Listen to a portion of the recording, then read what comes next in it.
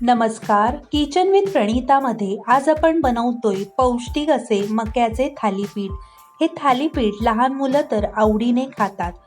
तर तुम्ही हे थालीपीठ मुलांना डब्यामध्ये तसेच संध्याकाळच्या जेवणासाठी किंवा मग सकाळच्या नाश्त्यासाठी वन पॉट मील म्हणून बनवू शकता.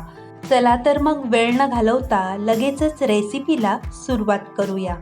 सर्वात आधी इथे मी एका मक्याचे दाणे काढून घेतलेले आहेत. तर हे वाटीभर दाणे झालेले आहेत. आता हे दाणे आपल्याला मिक्सरच्या भांड्यामध्ये घालून मिक्सरला बारीक असे वाटून घ्यायचे आहेत. मिक्सरला वाटताना जरासुद्धा पाण्याचा वापर करायचा नाही.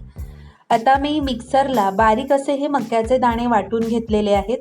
तर ही पेस्ट मी एका भांड्यामध्ये काढून घेणार आहे. सोबतच पाऊण वाटी इतका बारीक चिरलेला कांदा घेतलेला आहे. सोबतच आलं, लसूण आणि मिरचीचा ठेचा यामध्ये घालायचा आहे.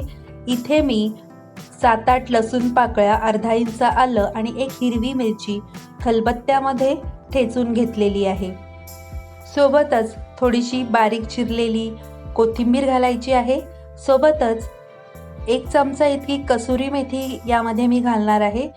कसुरी मेथी मी हातावर चुरून घेतलेली आहे. जर का तुमच्याकडे ताजी मेथी असेल तर ती घातली तरी देखील चालेल. सोबतच पालक सुद्धा तुम्ही यामध्ये घालू शकता. सोबतच 1 चमचा जिरं घालायचं आहे. सोबतच 1 चमचा ओवा यामध्ये मी घालणार आहे. ओवा मी हातावर चुरून घेतलेला आहे. सोबतच पाव वाटी इतकं बेसन पीठ घालायचं आहे. सोबतच 1 वाटी इतकं मी तांदळाचं पीठ घेतलेलं आहे. सोबतच पाव चमचा हळद, अर्धा चमचा घरगुती लाल तिखट आणि चवीप्रमाणे मीठ घालून हे सर्व जिन्नस व्यवस्थित मिसळून घ्यायचे आहेत. मक्याला स्वतःचं असं पाणी असतं, त्यामुळे आपण हे पीठ पाणी न घालता सुरुवातीला भिजवून घेणार आहोत. नंतर जर का लागलं तर आपण यामध्ये थोडं थोडं पाणी घालून हे पीठ भिजवून घेणार आहोत. किंचित सैलसर असं आपल्याला हे पीठ भिजवून घ्यायचं आहे.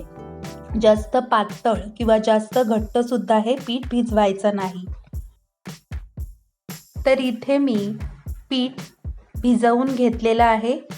तर आपण लगेच थालीपीठ बनवायला घेऊया. त्याकरिता इथे मी एक रुमाल भिजवून घेतलेला आहे. आता आपल्याला हे थालीपीठ हाताने असे थापून घ्यायचे आहेत.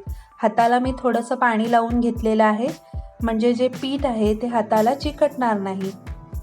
आता इथे मी थालीपीठ थापून घेतलेलं आहे.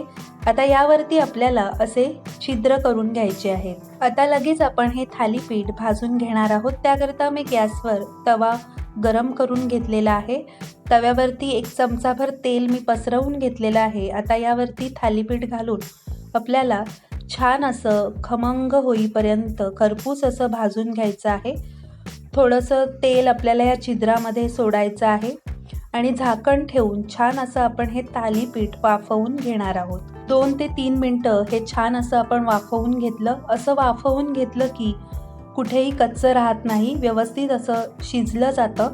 असा तांबूस रंग आला की थालीपीठ पलटवून दुसऱ्या बाजूने सुद्धा आपल्याला छान असं खमंग होईपर्यंत शेकवून घ्यायचं आहे.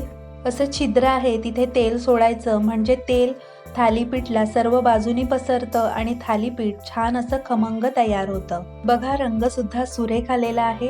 अशा प्रकारे आपल्याला सर्व थालीपीठ बनवून घ्यायचे आहेत. लहान मुलं चपाती भाजी खायला कंटाळा करतात, तर त्यावेळेस तुम्ही असे हे थालीपीठ भरपूर पालेभाज्या घालून किंवा आणखी यामध्ये कोबी किंवा पालक घालून हे थालीपीठ तुम्ही मुलांना डब्यामध्ये देऊ शकता. तुम्हाला माझी आजची रेसिपी कशी वाटली? थोडी तरी आवडली असेल तर प्लीज एक लाईक करा. किचन विथ प्रणिताला सबस्क्राईब केलं नसेल तर पटकन सबस्क्राईब करा. चला तर मग पुन्हा भेटूया अशाच छानशा आणि सोप्या रेसिपीमध्ये. धन्यवाद.